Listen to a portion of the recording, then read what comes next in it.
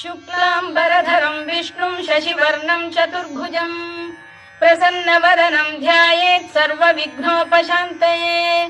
व्यासं वसिष्ठनप्तारं शक्तेः पौत्रमकल्मषम्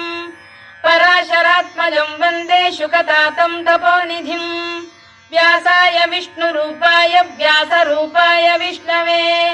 नमो वै ब्रह्मनिधये वासिष्ठाय नमो नमः।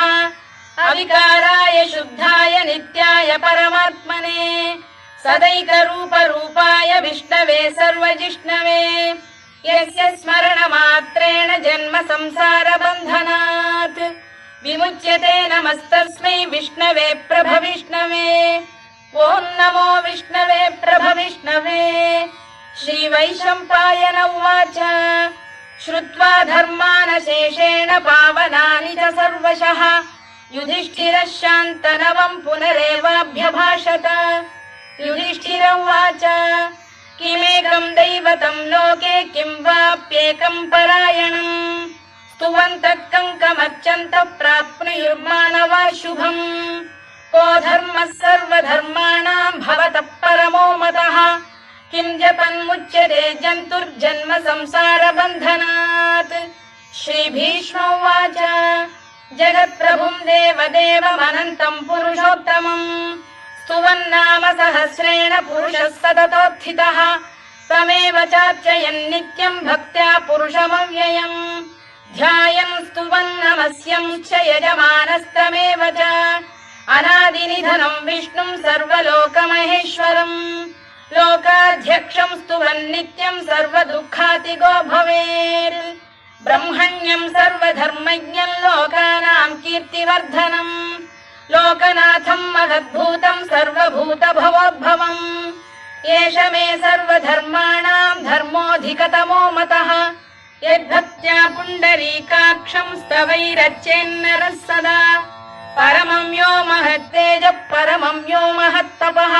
परमं यो महद्ब्रह्म परमं यः परायणम् पवित्राणां पवित्रं यो मङ्गलानां च मङ्गलम् दैवतं देवतानां च भूतानां यो व्ययः यतः सर्वाणि भूतानि भवन्त्यादियुगागमे यस्मिंश्च प्रलयं यान्ति पुनरेव युगक्षये तस्य लोकप्रधानस्य जगन्नाथस्य भूपते विष्णोर्नाम सहस्रं मे शृणु पापभयापहम्। यानि नामानि गौणानि विख्यातानि महात्मनः ऋषिभिः परिगीतानि तानि वक्ष्यामि भूतये। ऋषिर्नाम्नां सहस्रस्य वेदव्यासो महामुनिः छन्दोऽनुष्टुप् तथा देवो भगवान् देवकीसुतः अमृतांशुद्भवो बीजं शक्तिर्देवकीनन्दनः त्रिसामाहृदयं तस्य शान्त्यर्थे विनियुज्यते विष्णुं जिष्णुं महाविष्णुं प्रभविष्णुं महेश्वरम् अनेकरूपदैत्यान्तं नमामि पुरुषोत्तमम्। अस्य श्रीविष्णोर्दिव्यसहस्रनामस्तोत्रमहामन्त्रस्य श्रीवेदव्यासो भगवान् ऋषिः अनुष्टुप्छन्दः श्रीमहाविष्णुः परमात्मा श्रीमन्नारायणो देवता अमृतांशुद्भवो भानुरिति बीजम् देवकीनन्दन श्रेष्ठेति शक्तिः उद्भवः क्षोभणो देव इति परमो मन्त्रः शङ्खबृन्नन्दकी चक्रीति कीलकम् शार्ङ्गधन्वा गदाधर इत्यस्त्रम् रथाङ्गपाणिरक्षोभ्य इति नेत्रम् त्रिसामासामरः सामेति कवचम् आनन्दं परब्रह्मेति योनिः ऋतुः सुदर्शनकाल इति दिग्बन्धः श्रीविश्वरूप इति ध्यानम् श्रीमहाविष्णुप्रीत्यर्थे सहस्रनाम जपे विनियोगः। ध्यानम् क्षीरोदन्वत्प्रदेशे शुचिमणिविलसत्सैकते मौक्तिकानाम् मालाक्लुप्तासनस्थस्फटिकमणिनिभैर्मौक्तिकैर्मण्डिताङ्गः शुभ्रैरभ्रैरदभ्रैरुपरि विरचितैर्मुक्तपीयूषवर्षैः आनन्दीनः पुरीयादरिनलिन गदा शङ्खपाणिर्मुकुन्दः भूः पादौ यस्य नाभिर्वियदसुरनिलश्चन्द्रसूर्यौ च नेत्रे कर्णावाशा शिरोद्यौर्मुखमपि दहनो यस्य वास्तेयमब्धिः अन्तस्थं यस्य विश्वं सुरनरखगो भोगि गन्धर्व दैत्यैः चित्रं रम्यते तं त्रिभुवन वपुषं विष्णुमीशं नमामि। ॐ नमो भगवते वासुदेवाय। शान्ताकारं भुजगशयनं पद्मनाभं सुरेशं विश्वाधारं गगनसदृशं मेघवर्णं शुभाङ्गं लक्ष्मीकान्तं कमलनयनं योगिधृध्यानगम्यं वन्दे विष्णुं भवभयहरं सर्वलोकैकनाथम्। मेघश्यामं पीतकौशेयवासं श्रीवत्साङ्कं कौस्तुभोद्भासिताङ्गम् पुण्योपेतं पुण्डरीकायताक्षं विष्णुं वन्दे सर्वलोकैकनाथम्। नमः समस्तभूतानामादिभूताय भूभृते अनेकरूपरूपाय विष्णवे प्रभविष्णवे सशङ्खचक्रं सकिरीटकुण्डलं सपीतवस्त्रं सरसीरुभेक्षणं सहारवक्षस्थलशोभिकौस्तुभं नमामि विष्णुं शिरसा चतुर्भुजम्। छायायां पारिजातस्य हेमसिंहासनोपरि आसीनमम्बुदश्याममायताक्षमलङ्कृतम् चन्द्राननं चतुर्बाहुं श्रीवत्साङ्कितवक्षसम् रुक्मिणी सत्यभामाभ्यां सहितं कृष्णमाश्रये।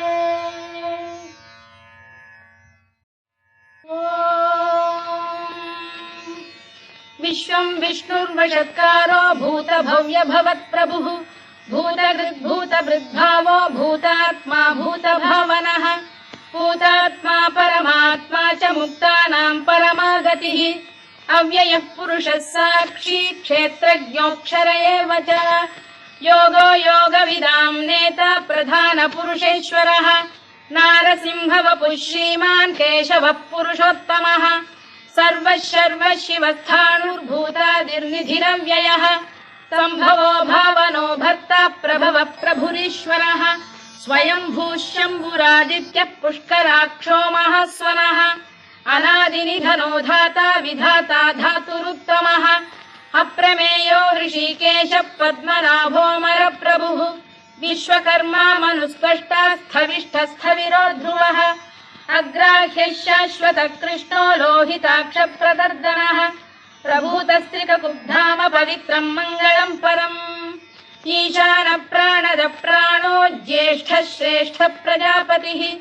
हिरण्यगर्भो भूगर्भो माधवो मधुसूदनः ईश्वरो विक्रमी धन्वी मेधावी विक्रमक्रमः अनुत्तमो दुराधर्षः कृतज्ञकृतिरात्मवान् सुरेशः शरणं शर्म विश्वरेता प्रजाभवः अधः संवत्सरो व्यालप्रत्ययः सर्वदर्शनः अजः सर्वेश्वरः सिद्धः सिद्धिः सर्वादिरच्युतः वृषाकपिरमेयात्मा सर्वयोगविनिसृतः वसुर्वसुमनः सत्यः समात्मा संमितः समः अमोघः पुण्डरीकाक्षो वृषकर्मा वृषाकृतिः रुद्रो बहुशिरा बभ्रुर्विश्वयोनिश्रुतिश्रवाः अमृतः शाश्वतस्थाणुर्वरारोहो महातपाः सर्वगः सर्वविद्भानुर्विश्वक्सेनो जनार्दनः वेदो वेदविदव्यङ्गो वेदाङ्गो वेदवित्कविः लोकाध्यक्षः सुराध्यक्षो धर्माध्यक्षः कृताकृतः चतुरात्मा चतुर्व्यूहश्चतुर्दंष्टश्चतुर्भुजः भ्राजिष्णुर्भोजनं भोक्ता सहिष्णुर्जगदादिजः अनघो विजयो जेता विश्वयोनिः पुनर्वसुः उपेन्द्रो वामनः प्रांशुरमोघः शुचिरूर्जितः अतीन्द्रः सङ्ग्रहः सर्गो धृतात्मा नियमो यमः वेद्यो वैद्यः सदा योगी वीरः माधवो मधुः अतीन्द्रियो महामायो महोत्साहो महाबलः महाबुद्धिर्महावीर्यो महाशक्तिर्महाद्युतिः अनिर्देश्य वपुः श्रीमान् अमे आत्मा महादृधृत् महेश्वासो महीभर्ता श्रीनिवासः सताङ्गतिः अनिरुद्धः सुरानन्दो गोविन्दो गोविदाम्पतिः मरीचिर्दमनो हंसः सुपर्णो भुजगोत्तमः हिरण्यनाभः सुतपाः पद्मनाभः प्रजापतिः अमृत्युः सर्वदृक्सिंहः सन्धाता सन्धिमान् स्थिरः अजो दुर्मर्षणः शास्ता विश्रुतात्मा सुरारिः गुरुर्गुरुतमो धाम सत्यः सत्यपराक्रमः निमिषो निमिषस्रग्वी वाचस्पतिरुदारधीः अग्रणी श्रीमान् न्यायो नेता समीरणः सहस्रमूर्धा विश्वात्मा सहस्राक्षः सहस्रपात् आवर्तनो निवृत्तात्मा संवृतः सम्प्रमर्दनः अधः संवर्तको वह्निरनिरोधरणीधरः सुप्रसाद प्रसन्नात्मा विश्वधृक् विश्वभुग्विभुः सत्कर्ता सत्कृतः साधुर्जह्नुर्नारायणो नरः असङ्ख्येयो प्रमेयात्मा विशिष्टः शिष्टकृच्छुचिः सिद्धार्थः सिद्धसङ्कल्पः सिद्धिदः सिद्धिसाधनः वृषाही वृषभो विष्णुर्वृषपर्वा वृषोदरः वर्धनो वर्धमानश्च विविक्तः श्रुतिसागरः सुभुजो दुर्धरो वाग्मी महेन्द्रो वसुदो वसुः नैकरूपो बृहद्रूपः शिपिविष्टप्रकाशनः ओजस्तेजोऽब्जुदिधर प्रकाशात्मा प्रतापनः वृद्धस्पष्टाक्षरो मन्त्रश्चन्द्रांशुर्भास्करद्युतिः अमृतांशुद्धवो भानुः शशबिन्दुः सुरेश्वरः औषधम् जगतः सेतुः सत्यधर्मपराक्रमः भूतभव्यभवन्नाथः पवनः पावनो नरः कामः कामकृत्कान्तः कामः कामप्रदप्रभुः युगादिकृद्युगावर्तो नैकमायो महाशनः अदृश्यो व्यक्तरूपश्च सहस्रजिदनन्तजित् इष्टो विशिष्टः शिष्टेष्टः शिखण्डी नघुषो वृषः क्रोधः क्रोधकृत्कर्ता विश्वबाहुर्महीधरः अच्युत प्रथित प्राणदो वासवानुजः अपां निधिरधिष्ठानमप्रमत्त प्रतिष्ठितः स्कन्दधरो धुर्यो वरदो वायुवाहनः वासुदेवो बृहद्भानुरादिदेवः पुरन्दरः अशोकस्तारणस्तारः शूरः शौरिर्जनेश्वरः अनुकूलः शतावर्तः पद्मी पद्मनिभेक्षणः पद्मनाभोरविन्दाक्षः पद्मगर्भः शरीरभृत्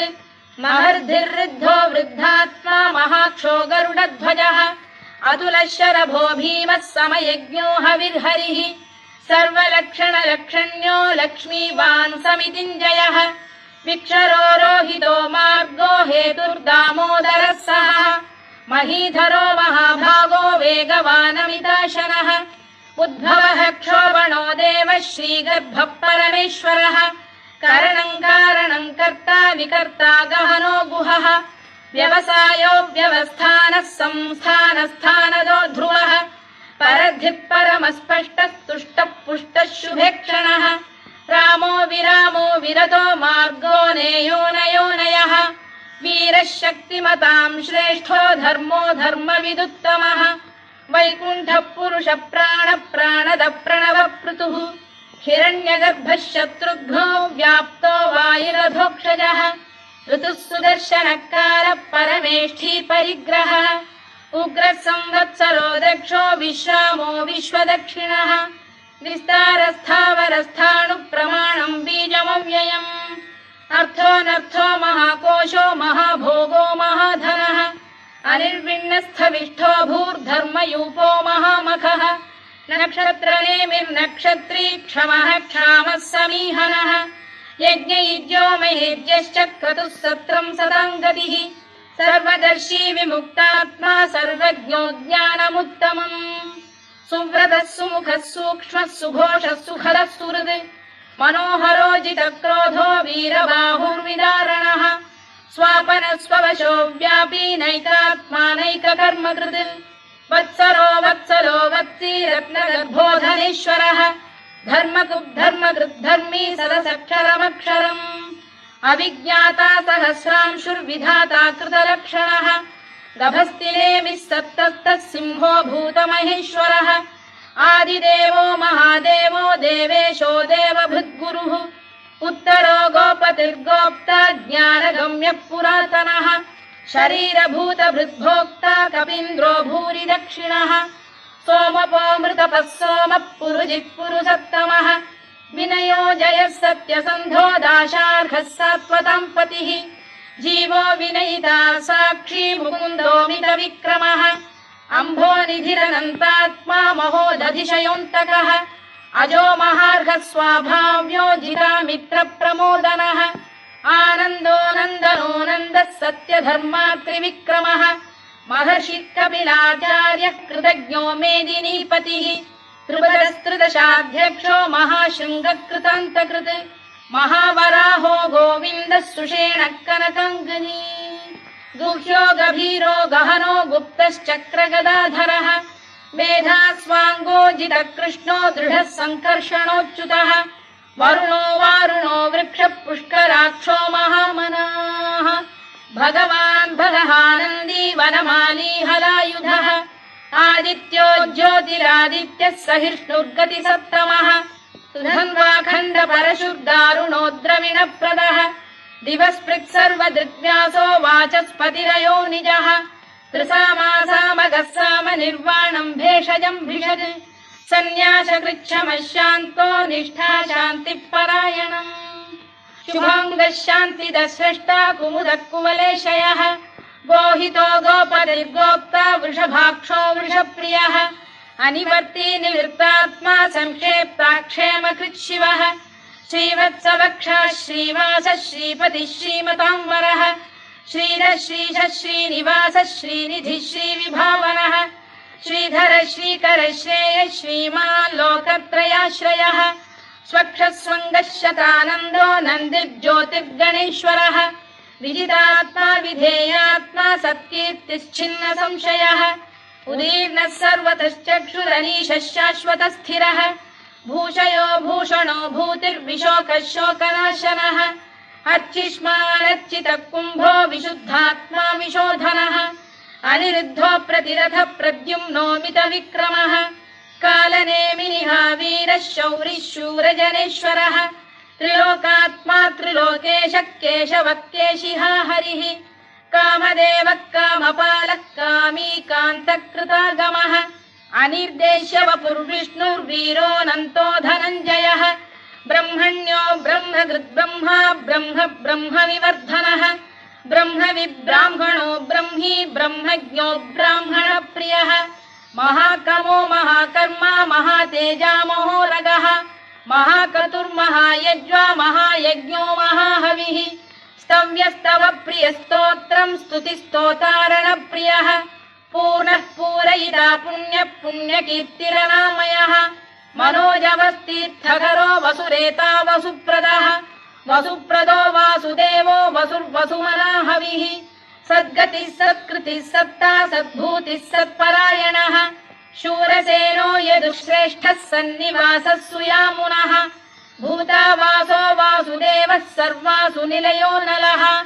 दर्पः दर्पदो दृप्तो दुर्धरोऽथा पराजितः विश्वमूर्तिर्महामूर्तिर्दीप्तमूर्तिरमूर्तिमान् अनेकमूर्तिरव्यक्तः शतमूर्तिः शताननः एकोनैकः स वक्र किम् यत्तत्पदमनुत्तमम् लोकबन्धुर्लोकनाथो माधवो भक्तवत्सलः सुवर्णवर्णो हेमाङ्गो वराङ्गश्चन्दनाङ्गदी वीरः विषमः शून्यो घृता क्षीरचरश्चरः अमानी मानदो मान्यो लोकस्वामी त्रिलोकधृत् सुमेधा मेधजो धन्यः सत्यमेधाधराधरः तेजो वृषोद्युतिधरः सर्वशत्रभृताम्बरः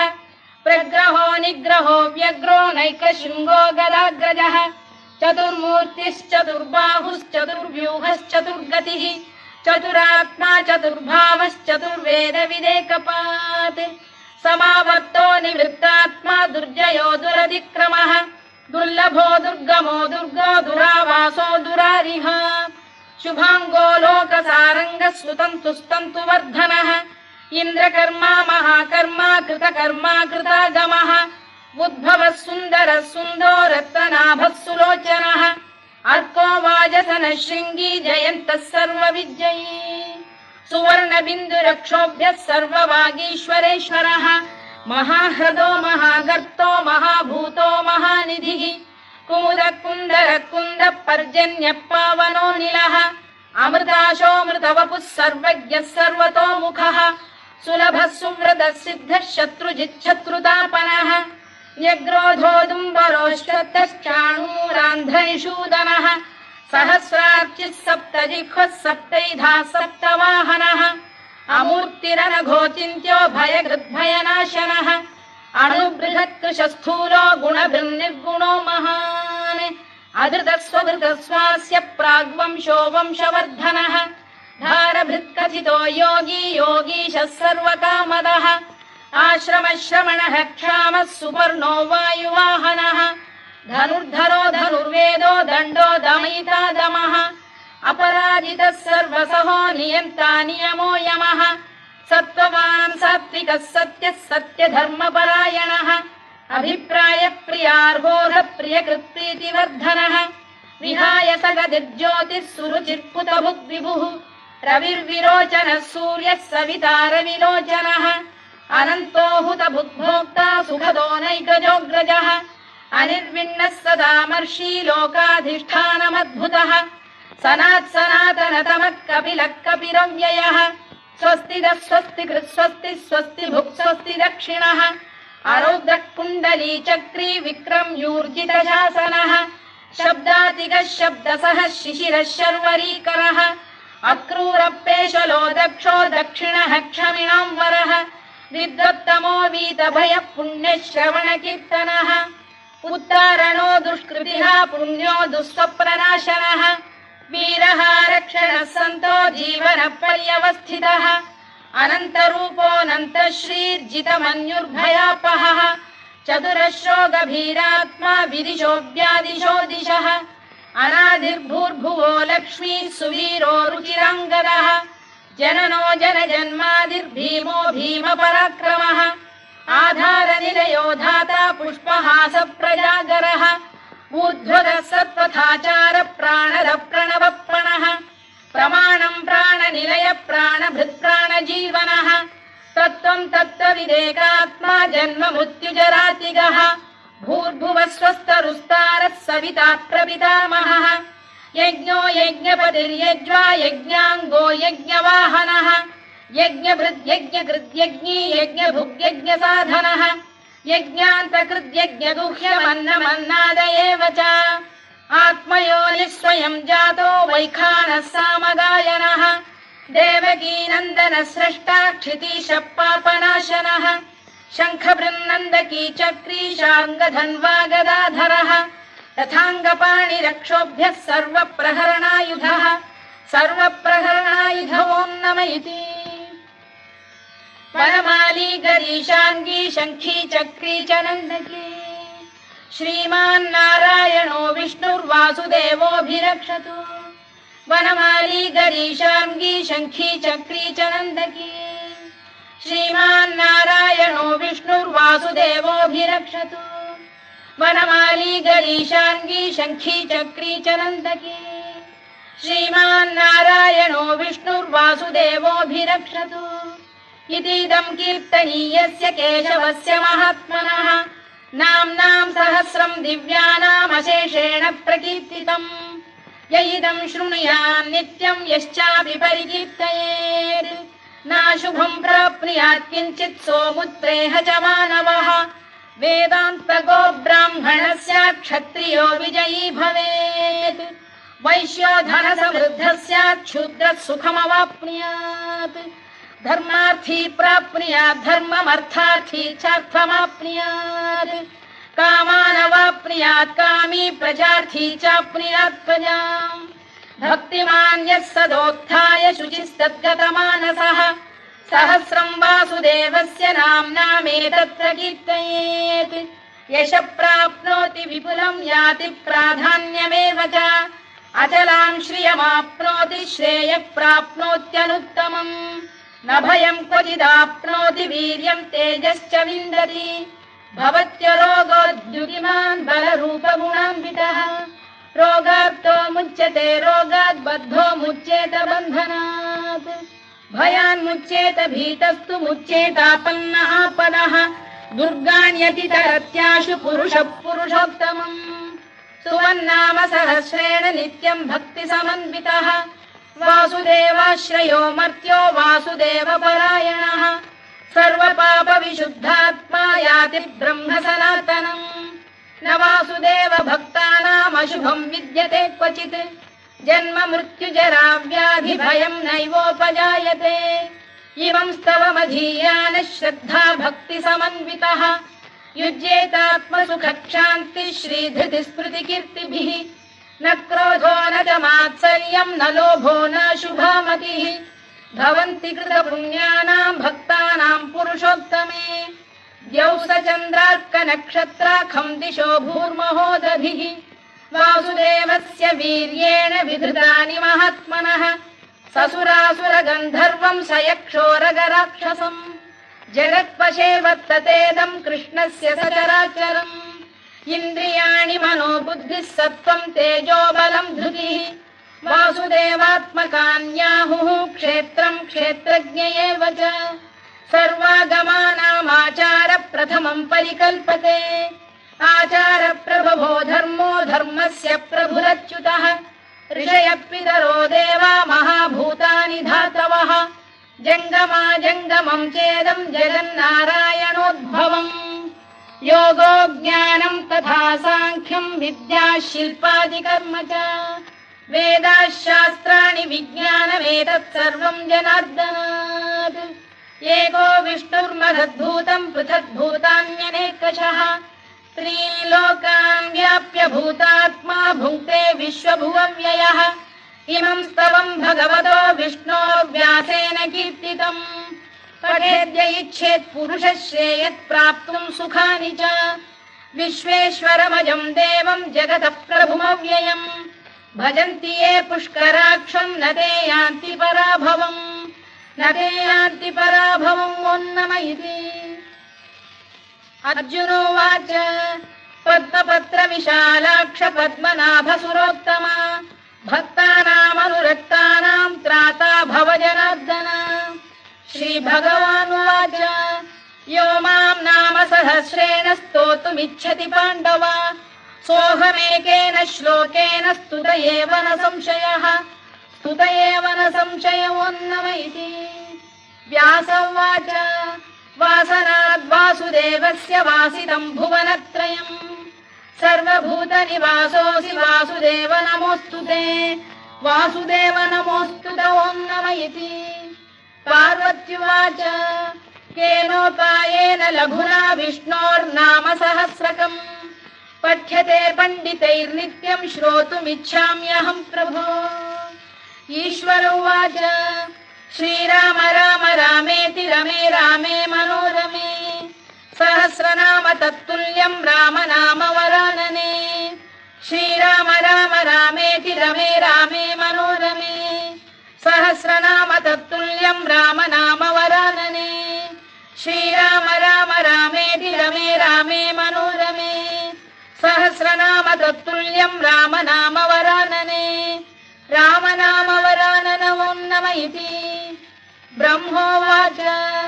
नमोऽस्त्वनन्ताय सहस्रमूर्तये सहस्रपादाक्षि शिरोरुबाहवे सहस्रनाम्ने पुरुषाय शाश्वते सहस्रकोटियुगधारिणे नमः सहस्रकोटियुगधारिणे नमः ॐ नम इति सञ्जय उवाच यत्र योगेश्वर कृष्णो यत्र पार्थो धनुर्धरः तत्र श्रीविजयो भूतिर्ध्रुवा नीतिर्मतिर्मम श्रीभगवानुवाच अनन्याश्चिन्तयन्तो मां ये जनाः पर्युपासते तेषाम् नित्याभियुक्तानां योगक्षेमम् वहाम्यहम् परित्राणाय साधूनां विनाशाय च दुष्कृताम् धर्म संस्थापनार्थाय सम्भवामि युगे युगे आर्ता विषण्णाः शिथिलाश्च भीता घोरेषु च व्याधिषु वर्तमानाः संकीर्त्य नारायण शब्दमात्रम् विमुक्त दुःखाः सुखिनो भवन्तु कायेन वाचा मनसेन्द्रियैर्वा बुद्ध्यात्मना वा प्रकृते स्वभावात् करोमि यद्यत् सकलम् परस्मै नारायणायेति समर्पयामि।